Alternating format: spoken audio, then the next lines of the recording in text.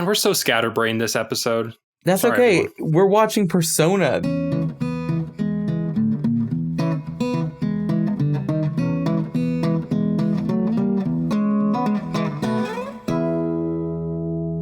Hello and welcome to A Century in Cinema. My name is Arthur. And I'm Andrew. And this is a podcast where we watch and discuss a classic film from every year.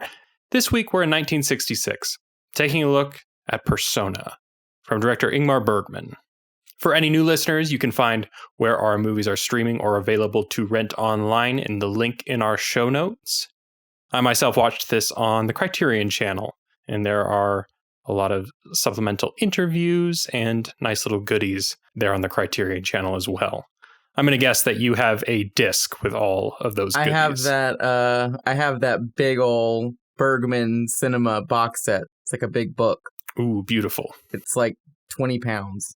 For all of our loyal listeners, don't forget to leave us a rating and review telling us how much you love the podcast and give us 5 stars. It just helps us be seen by other people who are looking for film podcasts.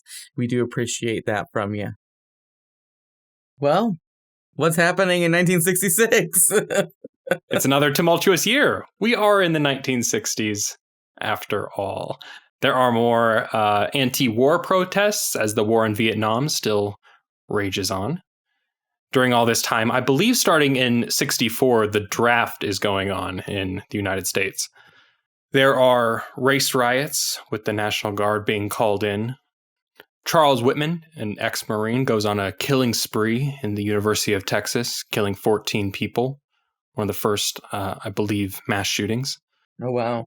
And on the other side of the globe, China starts its Cultural Revolution, a violent political purge to preserve China's communist society. Now, I don't think it's all bad news. The miniskirt is quite popular. There's a fashion trend coming out of the UK.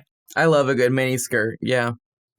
There's a lot of progress at NASA, and the mission to put a man on the moon is underway. And 2 huge TV shows debut in 66. We've got Star Trek and the original Batman. I was never a big Star Trek guy, though. I don't know. Me neither, really. I know a lot of people who really love it. Yeah, not big Trekkies on this podcast, I guess. But we like movies. Yeah, really great year for film this year. Some of my favorites. Andrei Rublev, what I consider to be Tarkovsky's masterpiece. I think that's just a fantastic movie. Antonioni's Blow Up comes out, which we'll discuss a little bit later, has some parallels with Persona. And The Good, the Bad, and the Ugly comes out this year, which is such a good movie. I'll never get tired of watching it. It's so beautiful and so fun, and the music is so good. Battle of Algiers is a really great neo-realism war film that we discussed briefly during the Rome Open City episode. It's a really fantastic next step in that genre. The Russian adaptation of War and Peace, which I'm pretty sure I've recommended on this podcast before, but it's just an incredible movie. One of the most gorgeous movies you can ever sit through. People will try and freak you out by saying it's 7 hours long, but it's divided into 4 chapters, and you can totally watch those 4 chapters with a few days between. So it's really just 4 1.5 hour long movies, and it's fantastic. I love that film. Yeah, a lot of great films this year. Should we get into Hays Code and Who's Afraid of Virginia Woolf? I know you've been wanting this to be on an episode for a little while. It's finally come. We're finally here. It's dead. God, it's felt like it's been dead for a while, though. Especially with the films we've been watching, it does sort of feel like just any sort of government-regulated censorship is not as powerful. Definitely not to the point where people can't passionately kiss and stuff like that. Yeah, and the Hays Code was always a self-regulating thing, and now the studios are just like, let's just not do it. Who's Afraid of Virginia Woolf, based off of the Edward Albee play of the same name. It's a very famous film. Elizabeth Taylor had a huge surge of success early in her career and had sort of fallen to the wayside and was known for being unprofessional and for not being able to handle the work on set anymore. And this was sort of a resurgence for her career. It's 2 married couples in a house together one night, and they start to go sort of insane. But the content of the dialogue and the implicit sexuality of the plot was considered to be very racy and something too racy for the studio to release. And that was pretty much when the studio had said, well, I'd rather this film be released because I think it could do very well at awards shows and I think that it could be good for our studio than have to chop it up for some dumb Hays Code. And from that point forward, it was sort of this stake that, oh yeah, your production company can just completely skip over it altogether and you don't have to worry about it at all. And it doesn't really bother us anymore. But you're right, it does feel like it's already been gone as far as in practice for a while. It's just not an element that's even come up or been worth discussing about any of the films, even the American ones that we've been watching. Yeah, well, I guess we didn't discuss it too much throughout the decade, but we discussed it when it was really important back in the 40s. Yeah, I mean, if you want to check out an episode that's all about the Hays Code, you can listen to our episode on Babyface. Yep. Which kind of marks the beginning of the Hays Code, I believe in 1933. Shall we dive into Ingmar Bergman's Persona? Yeah, I'm scared. It's less than 90 minutes. I mean, you know, how complicated could it possibly be? Okay, give us this plot breakdown. I'm excited for this one. Okay, so legitimately though, I think it's difficult to talk about Persona without sort of going over the symbols and deeper themes in the movie. And I think it's difficult to talk about the symbols and deeper themes in the movie without sort of looking at your own thoughts and sensibilities and ideas and theories about film and art and psychology and acting and all of it. Yep. So I'm just going to try to lay out the events as they're presented in the film. So we're mainly following a nurse named Alma, who was put in charge of caring for this actress, Elisabeth Vogler, who has decided to suddenly stop speaking. She won't perform, she won't act, she's gone silent. Now, under her care, Alma reads a letter to Elisabeth from Elisabeth's husband, hoping she gets better, and there's a photograph of their boy, but Elisabeth tears it up. Now, the doctor wants Nurse Alma to try to get Elisabeth out of her shell, and the two women are sent away to a seaside cottage.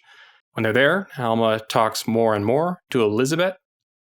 Never with her, always to Elisabeth, of course.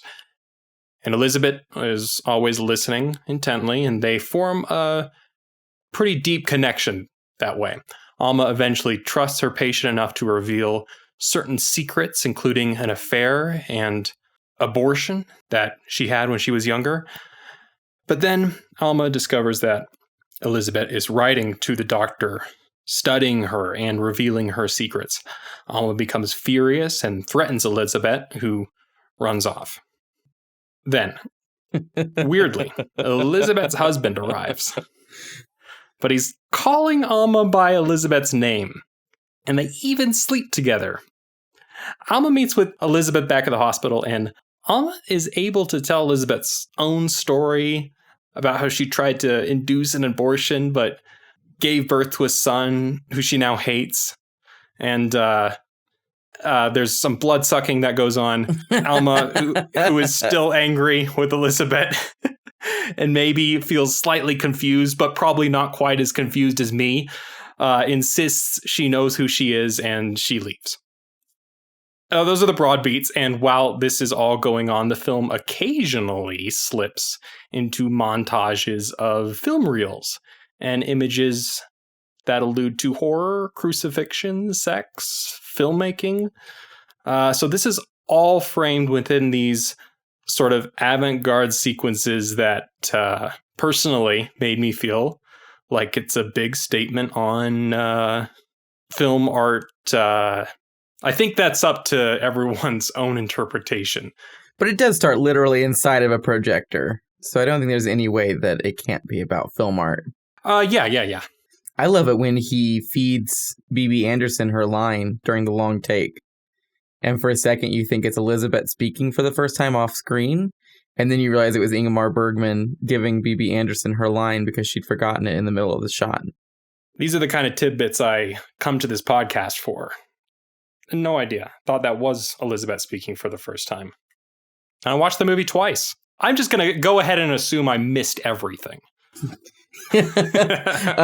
Well, first of all, I guess, did you agree with my assessment to watch it twice? Did you feel motivated to do that, or like you had to? No, I wanted to watch it twice.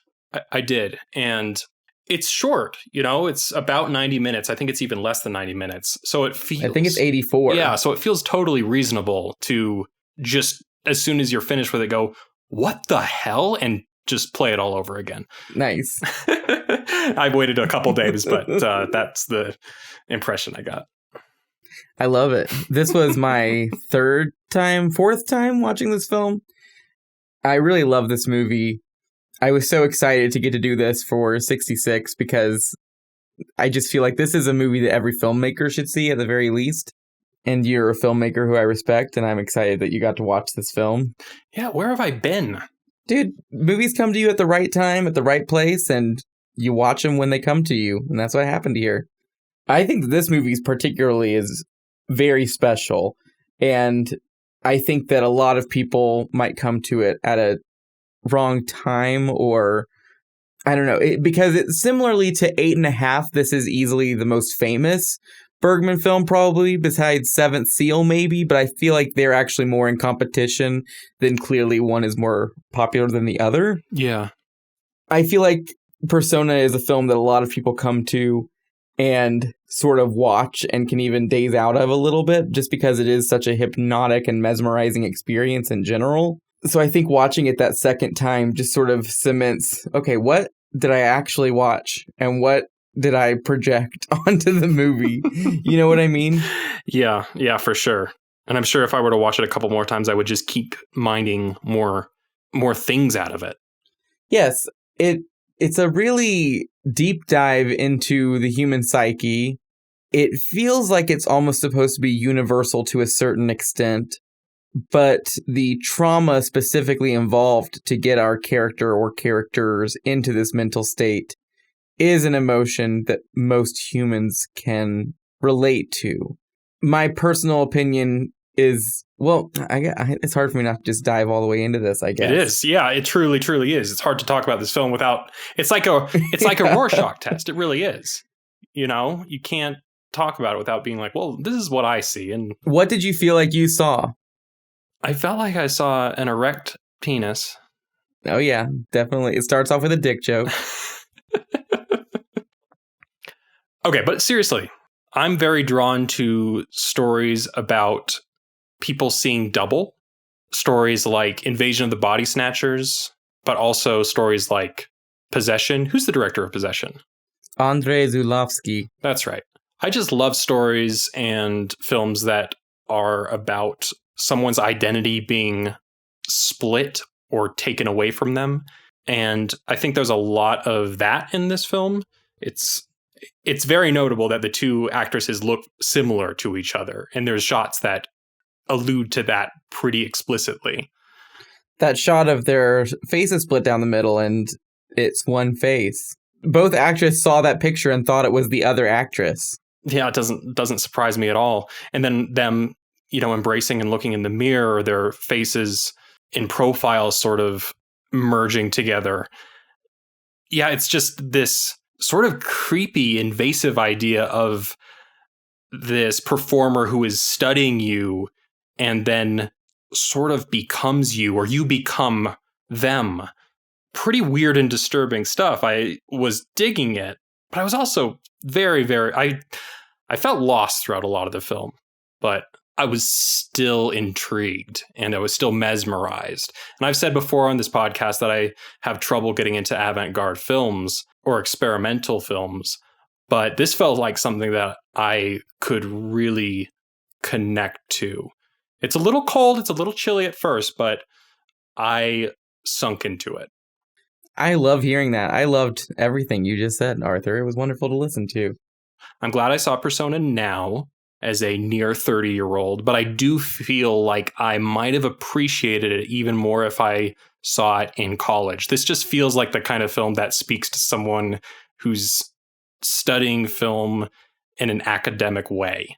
You know what I mean? Yes, absolutely. Not that I don't appreciate it now, but it just feels like the kind of thing that a film student would just fall in love with. And I think a lot of them do. But we're still film students. Just because we're not going to school, we're still learning about this and teaching it to ourselves and doing research on a weekly basis, Absolutely. But I'm not paying tens of thousands of dollars to an institution. So am I really a film student? It's a good question.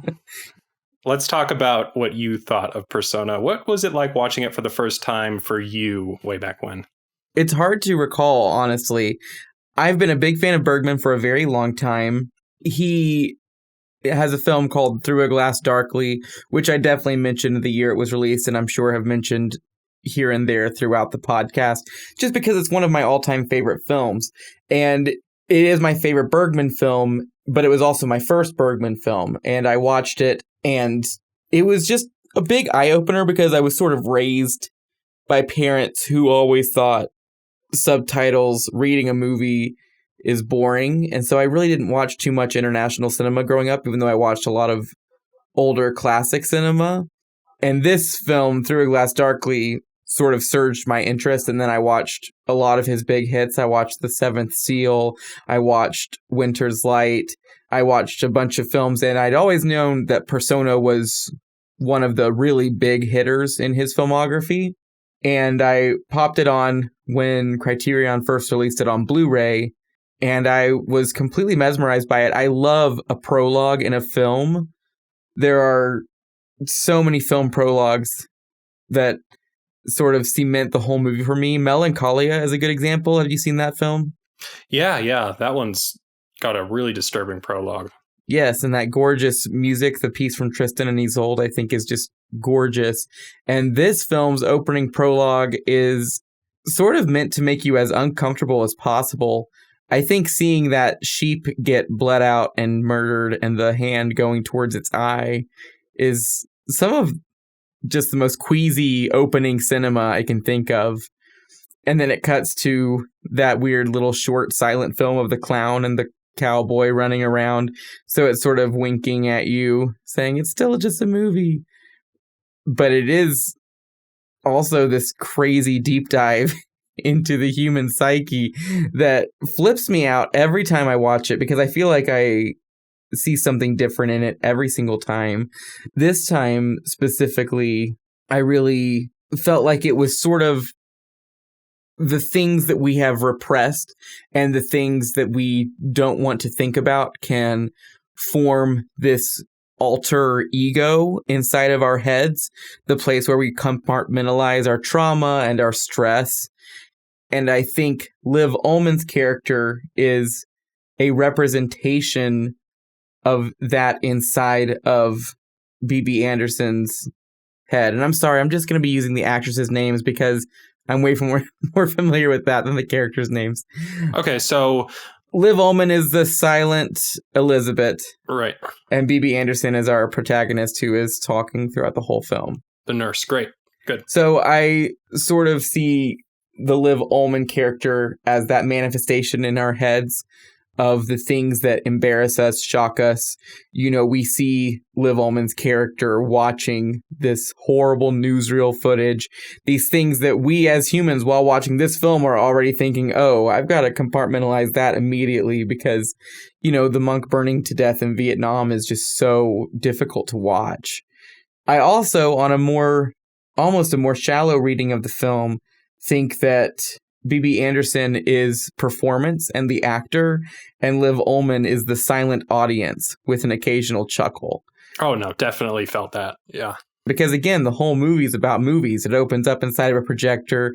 That super tense music playing over the film reel preparing, that is such a genius idea. Because it's just this is what happens at the beginning of every movie. We just never see it. Well, back when everything was projected on film anyways. Right. It almost makes you wonder if there's a level of this film that can't be appreciated today, thinking of being in a theater where everything was projected on film, and you most likely as an audience member had at least seen one film reel go south before or be incorrect or something, just because that was pretty common. If people thought, oh, the film reel is actually messing up and the music's playing or something. You know what I mean by that? Oh, for sure. The equivalent in today's media would be like the streaming platform kind of having that digital distortion and not quite settling in. Yes. That Adventure Time episode, The Glitch, where the whole thing looks like your streaming platform is messing up. Yes, I'm so excited that we get to bring Adventure Time into the Persona episode. Of course. I love Adventure Time. I mean, I think about that occasionally when I'm watching these old films for this project. Is there's a level that I can't appreciate, whether it's the context of the time or the medium itself. And definitely this time watching Persona, I felt like I missed out on something really big and important because I wasn't watching it projected in a theater on film stock. Yes. Especially with the movie literally burning up in the middle of the plot. Oh, I love that sequence, the jump scare. The film burns up, but then she looks at you while the film is burning up. It's so uncomfortable. One of my favorite moments visually in that opening prologue is when we're seeing the animated woman washing the dish rag or whatever. Yeah. And then it freezes on this one frame that was hand-drawn for this animation. And in that one frame, she looks completely distraught and upset and sad, and it just freezes on that frame for a long time. And then you watch the motion again of her washing the cloth and she looks pretty jolly about it. And then you just know, oh, like right at the apex of her washing it, there's this frame of her looking so distraught and unhappy. And I think that's kind of, well, first of all, it's a reference to the joke they've already made with the penis at the beginning, which is on screen for only 3 frames. So it's almost imperceptible, but it's sort of predicting that, you know, eventually this film will be paused for people to see that image, because right now we're pausing this film reel to show this really weird image inside of this animated short. I don't know. I love it all so much.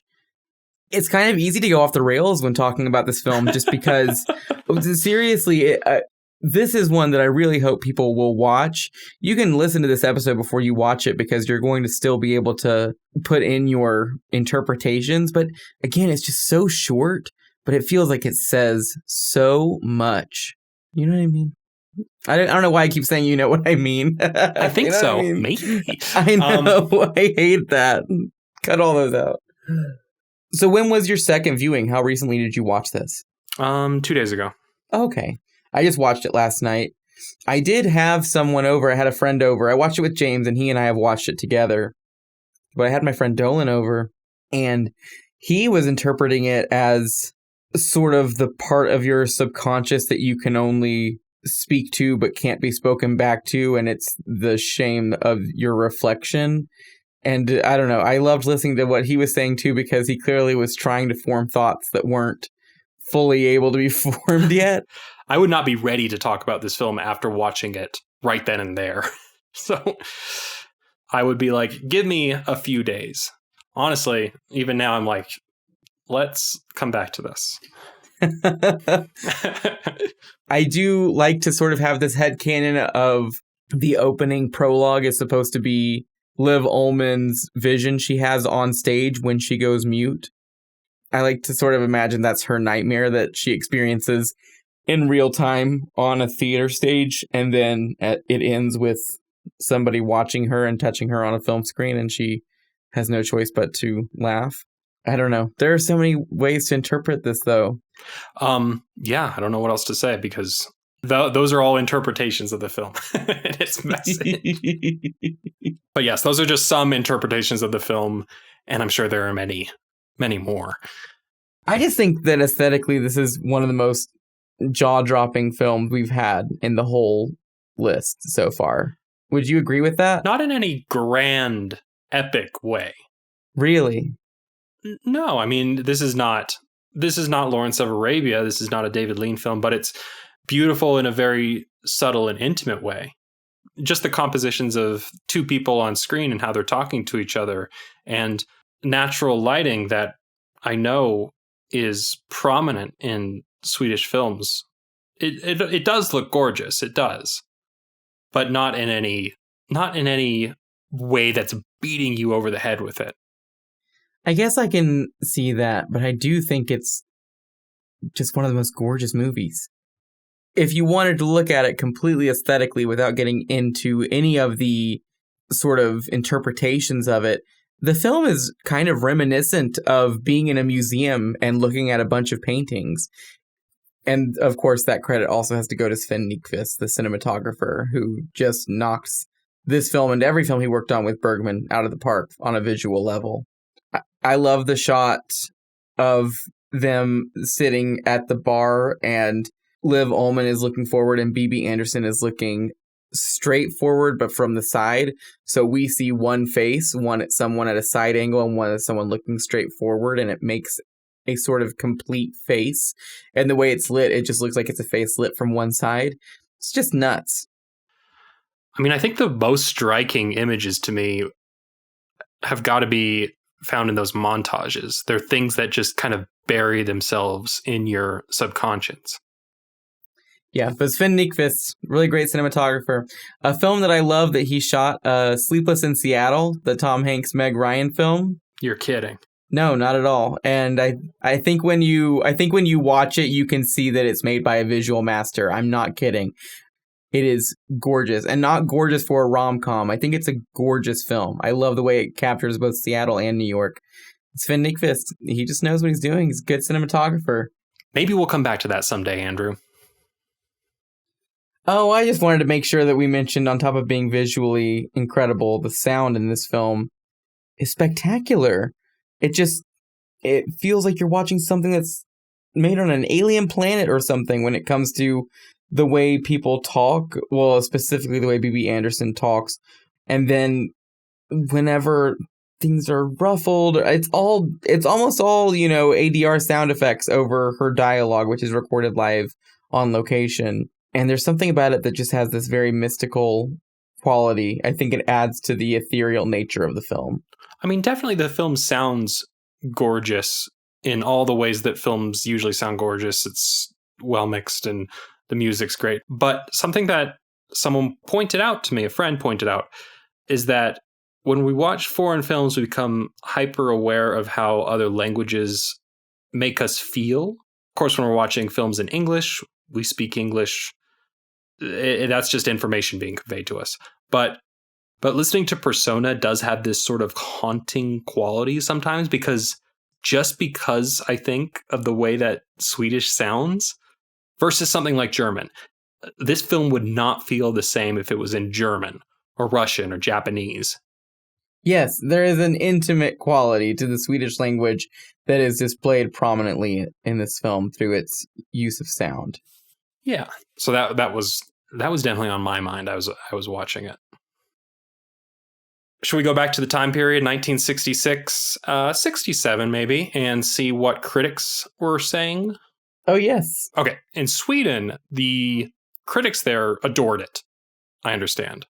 Yeah, it was a pretty huge deal when it premiered because it just was so unlike anything anyone had seen. And there's also some crazy things going on in Bergman's life at this point. But he pretty much had said he was going to make this 4-hour-long comedy called The Cannibals, and it was going to have this same cast. And then he got a deathly bout of pneumonia and stopped making films and had to work for this theater company. Anyways, there are a lot of details that we can get into later.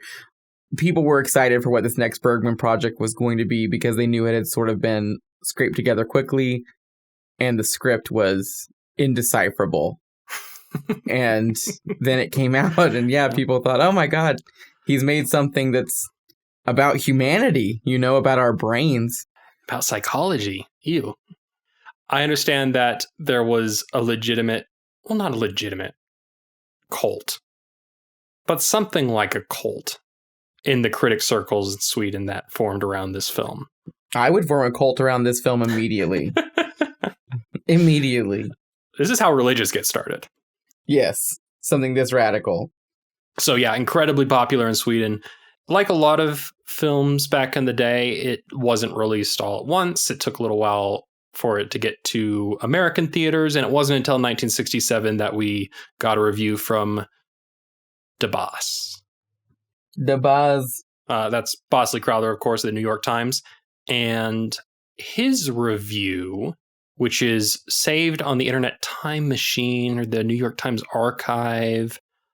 Now, I sent this to you, Andrew, hoping that Bosley Crowther would have some sort of insight into this film and some sort of, or maybe even some insight into his soul.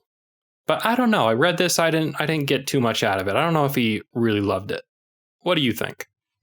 I think that when it comes to being a professional film critic, you have to watch a very large amount of movies and write about them all in a very small period of time. And a film like this has certain requirements when it comes to digestion time, as well as sort of what's going on around the film and what's going on in your life at the time of watching it. And so to watch a film like this and know, oh, I have to write up this many paragraphs by tomorrow morning, and it's just the most confuddling, bewildering film ever made. I think that this is pretty fair, and he does mention many times that it's sort of a difficult film to interpret, but he does overall recommend it at the end. I really like the quote, as Mr. Bergman himself has written, "Our work in films begins with the human face, and he has composed much of Persona with close-ups of the fascinating faces of Liv Ullmann and B.B. Anderson." I think that's a good point. The whole thing is the human face. That shot of Liv Ullmann laying on her side, and she never blinks. Are you referring to the shot where the light slowly fades? Yes, and she's just laying there on her side, staring right at the camera and not blinking. When you're looking at it straight on, it almost looks like something happens to her eyes. Do you know what I mean? It looks like they move in an unnatural way. But then when you turn your head to the right to match her gaze, her eyes look totally normal. And I don't know what it is, but when you're looking at it straight on, it doesn't make any sense. It's so funny to me. I love it. I just think at the time when it came out, it was considered such a befuddlement and no one knew how to place it within Bergman's filmography as a whole at the time, especially because it was so short and it seemed to be something that was made under a strenuous amount of time and almost casually thrown together because the film was really made more in the editing process and the actual production cycle of this film was relatively short. Did you watch, I know you said there were interviews on the Criterion Channel. Was there that interview that was very clearly really fresh after an initial screening and the interviewer has no idea what to ask? It's in black and white and it was Bergman, Liv Ullmann, and B.B. Anderson on a couch. No, I don't think that was available. It's so funny because at first you're thinking, man, these are some really crappy questions from this interviewer. And then some of the questions go to the actresses and all they can say is, oh, we had no idea what we were making and we just watched it and don't really know what we watched. But it was a really exciting and interesting filming process and we loved working together. And yeah, it's just, I don't know, it's really funny. Because clearly nobody knew what was going on except for Bergman. And maybe even not Bergman, if we're going to be honest. I think he knows what's going on. You think so? Yes, I think everything in this movie is motivated. Sorry, I am totally an auteurist, and I know that that's sort of going out the window these days, but I can't help it. You watch something like this and you think, well, okay, this had to be this guy's vision. I mean, it definitely all works, but I'm not convinced that it's all so deliberate. I think that's fair. I think that it's definitely obvious that from a visual standpoint, at least, everything is pretty deliberate. I mean, you just don't get lighting and shots like these on accident. It's so gorgeous throughout the whole movie.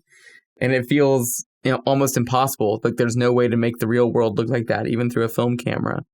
Let me ask you, going back to our little topic here, so do you feel like the film's reputation has changed in a significant way over the years? Oh, yes. I think this went from being sort of a weird oddball in Bergman's filmography to people realizing, oh, this is sort of when he broke, because his films were never the same after this. Similar to Blow Up by Antonioni, which I had brought up earlier. That film also came out and it felt like Antonioni was sort of going to be what was next for neorealism, and instead he releases Blow Up, which is this crazy movie that feels almost postmodern, but mostly just really experimental and strange. And then all of his films after that were so odd and so off the wall and difficult to interpret. And that's kind of what happens with Bergman here as well. After Persona, his films were never really quite the same, especially his collaborations with Liv Ullmann.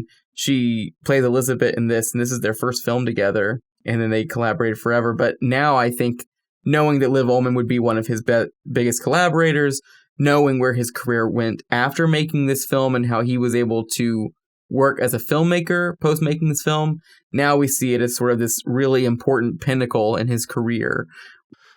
Wait, does The Seventh Seal come before or after this film? Before. Feels like he's always obsessed with death. I think so. I think this Persona is about the death of the ego. With him suffering from a terrible case of pneumonia at the time, too, do you think this film is more about death or influenced by that in some... I think that it's about the failure of his artistry within that situation.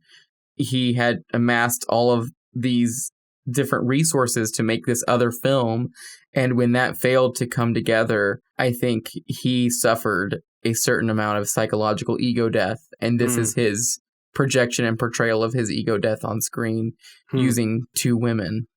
Tell me a little bit more about Ingmar Bergman. I know nothing about him. Oh, that's great. So this is but you have seen Seventh Seal. I did see Seventh Seal, first year in film school. I doubt I appreciated it. I love that movie. You should give it a revisit. I'm sure. He was already well established when he made Persona. Right. But I think Persona is more of a key into Bergman and who he is as a filmmaker than it is the lock that requires the key. I feel like 8.5 is the lock that requires the key, and the key is knowing who Fellini is, whereas Persona is the key, and you watch that and think, oh, okay, so this guy is super psychological, doesn't really care about the audience at all. You know, he says that in interviews all the time where he says, oh, I don't care about the audience. I'm making these films to make these films. You know? Bergman says that? Yes, multiple times. Hitchcock says a similar thing. Hitchcock is the one who says that audiences should be suffering at all times. So interesting. But I think this film specifically is such an aversion to anything typical within cinema, and even anything typical up to that point in a Bergman film. The Silence came close to something like this. There was a trilogy of chamber films, starting with Through a Glass Darkly. The second one is Winter's Light, and the third one is The Silence. And The Silence is this almost erotic thriller, but it's mostly a really strong meditative piece about these two sisters learning to understand each other, and they're stuck inside of this room together. So it makes a good companion piece with that film. But even The Silence, I think, is improved vastly by seeing Persona first. So I guess that's what I'm saying, is this is sort of the typical film school first Bergman film that I actually think works, because I think the right people will see this film and think, oh, I've been wanting movies to do that for a long time, and then go watch more Bergman movies. Right, whereas 8.5 required a little bit more context. Yes. You said he kept making films into the 2000s? Yes. His final film was Saraband in 2003. He has a TV miniseries called Scenes from a Marriage, also starring Liv Ullmann. And Saraband is a sequel almost 30 years later. He just kept making stuff. That's great. Yes. I'm so scatterbrained when it comes to Bergman because I love him so much. His films mean so much to me. But the film that he wanted to be his last film was Fanny and Alexander, which is also a TV special that's 4 hours. But then, he just kept directing films. After Fanny and Alexander, he took a break and then said, oh, no, I still want to do this. And are a lot of those films still considered classics? His later? Yes, I would definitely say Fanny and Alexander even is considered one of his all-time best. It's up there with Seventh Seal. I've seen so many Ingmar Bergman films. It would come down to him and Akira Kurosawa when it comes to the director of who I've seen the most films from. Because I've seen 30-something Kurosawas, but I think I've seen 30-something Bergmans as well. Oh, wow. So he's really prolific. He directed 70 films, according to IMDb. So after Persona was Hour of the Wolf, which is a crazy horror movie about this married couple that stay in that same cabin that's in Persona until the husband goes ballistic over not being able to finish writing something. It's kind of almost The Shining, but way more metaphysical. And the ending is sort of this acid trip finale that's really fantastic. I feel like death is probably his most consistent and constant theme. He also focuses on the crumbling of relationships. There's something about relationships disintegrating that fascinates him. Cries and Whispers is about 4 sisters living in the same house, and all of their patience is tested to the limit. Even the Seventh Seal, is sort of about this bonding of this group, but then within the group we see all this disparity. And then Scenes from a Marriage is just you watching a married couple get divorced over the course of 6 hours. After Through a Glass Darkly, which was the first film he made on, I'm going to mess this up, this is not how it's pronounced, but Faroe Island. Okay, yeah. Faroe Island is where he filmed Through a Glass Darkly, and he felt a really strong attachment to it. And so he bought the island and lived there in seclusion for most of his life, and then made a bunch of films there. Persona is interesting because they had studios that they had rented for The Cannibals, the 4-hour film he was going to make before. And so they tried to film this in a studio, and it wasn't working, and the actresses felt like they weren't connecting to any of it at all. And so he had a small crew and the actors be on the island with him to film in the cabin, and that brought the film together. Everyone involved says that's how it was anyways, is once they were in the cabin on location, suddenly the movie was able to happen and to breathe in a more organic way. Yeah, so I've not seen even a dent in Ingmar Bergman's filmography. I need to get on this. The next one you watch should be Wild Strawberries. I remember you recommending that to me back when we talked about The Phantom Carriage, way back, second episode of the podcast. I love Wild Strawberries. I always think it's a good time to watch Through a Glass Darkly. Those would be 2 that I would recommend for after Persona. Cool. There aren't a lot of bad Bergman films. There are a lot of Bergman films, and there are some that are a little less than others, but for the most part, it's always worth your time to watch. I mean, I said at the beginning of this podcast that I feel like I don't always connect with avant-garde experimental films, but I really enjoyed this one. Something about it worked, and I can't really explain what that is. I'm talking about comparisons to A Page of Madness and Vampire. Those were the 2 I was thinking of. There was another one, wasn't there? Maybe Orpheus is what you're thinking of? I was actually going to say that Orpheus is a example of a film with experimental elements, but it still has characters and a pretty sensible plot that you can follow. I quite liked Orpheus. I liked that. How does this film compare to other experimental films that you're more familiar with? Because you like experimental films. You've probably consumed a lot more than me. I really love this movie, and I like this film because it does have elements of it that make it a little bit easier, or at least more aggressive, when it comes to wanting to interpret it and internalize it, which is something that I think experimental film can sometimes struggle with. It's hard when you're making such a unique statement and it's coming from such a personal place, and you're using methods that are purposefully not very conventional. It's hard when doing all of that to make a film that people can then relate to and plug themselves into. And I love that a film like this exists where you feel like there are no compromises on either side of that. It feels like a fully interpretable film as far as watching it and applying it to yourself, but it also feels like it's coming from a very personal and specific place, specifically when it comes to a parent's anxiety over whether to have children or not. Yeah. It's worth bringing up the many descendants of this film, I think. For me, there's a central trilogy, which is Bergman's Persona. Okay. Robert Altman's Three Women. Okay. And David Lynch's Mulholland Drive. Yep, definitely. And I think the newest entry into the canon, we just need to give it a few years, is Lighthouse? Robert Eggers' The Lighthouse. Yes. Yeah. I said that after I saw the film the first time. I thought, oh, we finally have a male perspective persona in the canon of the Persona-verse. what's real, what's in your head. This is more to make things feel psychological and strange. And I loved that movie so much. As you know, I saw it so many times. Do you remember that I went to go see The Lighthouse at the Broadway and you were working the ticket booth? I was so excited for you, yes. Oh, and you said I was in for it, and I was. And I was so excited after I walked out of the theater that I had to come right back to the ticket booth and bother you about it. I loved it.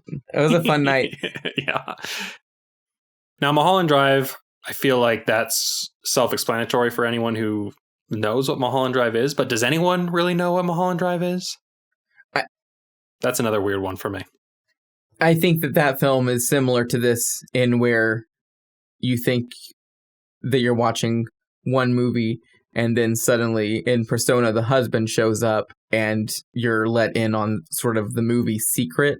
Whereas in Mulholland Drive, they go to Club Silencio and open the box, and then you're let in on that movie secret, which is that you've been watching her dream for the entire 2 hours of the film, and then the reality of her situation and what she's going through is in the end.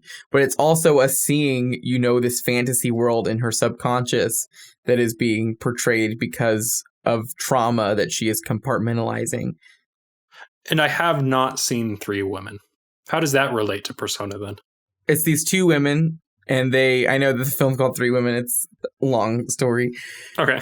But Sissy Spacek is sort of being mentored by Shelley Duvall's character. They work together in this old people home where they are giving them exercise and stuff throughout the day. Mm-hmm. And then out of convenience sake, they decide to start living together. And then they slowly start to forget whose memories are whose and who is who. And it sort of turns into this weird portrayal of their psychological downfall together. Now, there's another film that kind of came to my mind, and I think there's elements of it that take inspiration from Persona. I'm sure there's many films that take inspiration from Persona, but I do think anyone who knows Fight Club is going to recognize the dick being sliced into the film reel and Brad Pitt doing that as like a prank at his job as a projectionist. Yes. But I think that, spoilers for Fight Club, they're the same person. There's also elements of that taken from Persona, and Fight Club is kind of like a more mainstream reinterpretation of what someone might take from Persona. Yes, absolutely. I would definitely agree that Fight Club is in the Persona-verse. That's the easiest way to word it for me. Are you ready for a quick tidbit? Always love them.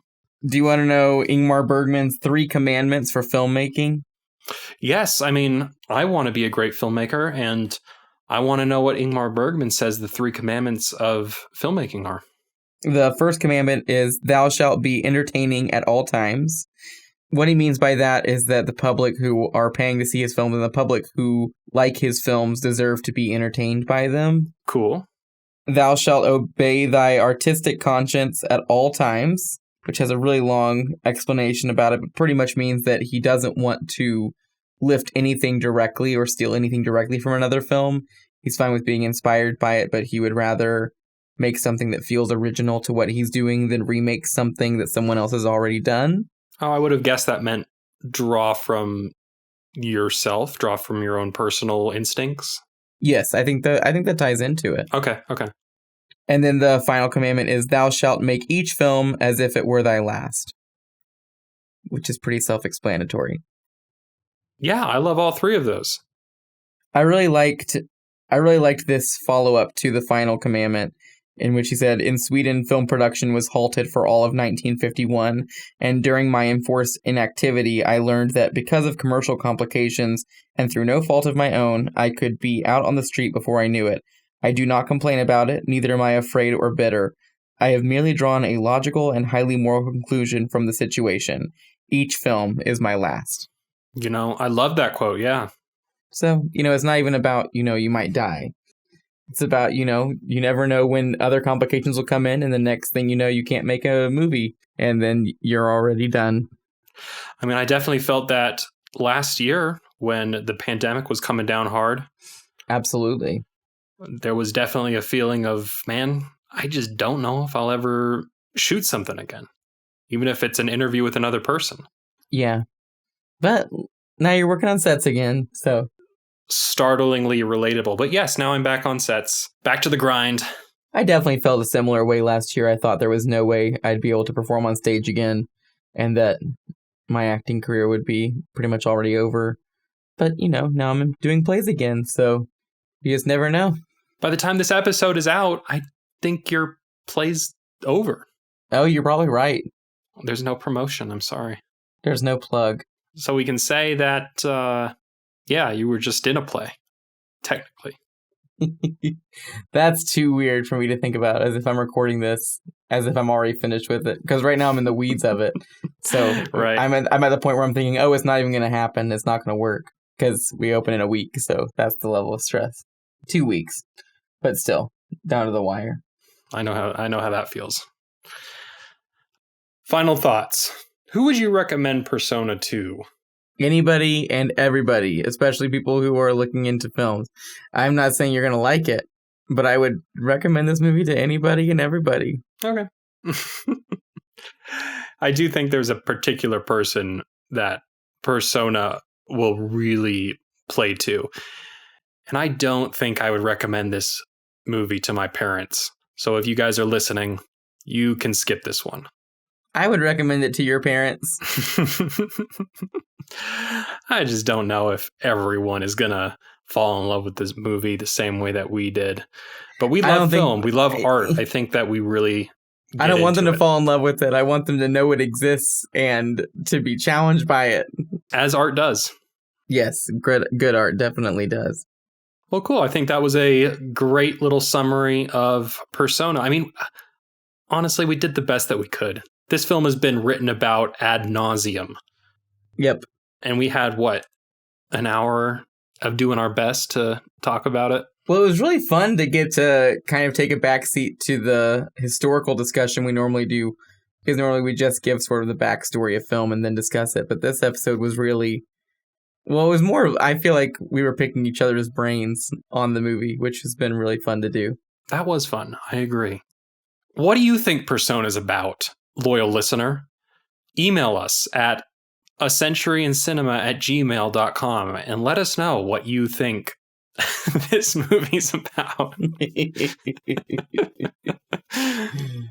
I'm sure I will listen back to this episode and punch myself for not saying certain things about Bergman that I probably wanted to say. But I've also been talking about him throughout the podcast leading up to this point. So, there have been tits and tidbits about Bergman throughout the podcast. All right, let's just take a breath. All right, that was 1966. What are we doing for 1967, Andrew? Next week, we will be watching the film Playtime by Jacques Tati, and it's going to be a funny film. A funny film? I think it's hilarious. I'm excited to hear what you have to say about it. Okay, I'm excited. But I will talk to you about it later. Talk to you about it later. Thank you for the music, Nathan Royal. And thank you to our loyal listeners. I just want to give a shout out to all our Patreon members who keep the show running. Thank you all. You too can become a patron and get access to bonus episodes linked down in the show notes. You're listening on YouTube now, so like and subscribe and comment down below. Tell us if you've seen the film. What did you think of it? Did we miss anything? Thank you all for listening, and we'll see you for the next one.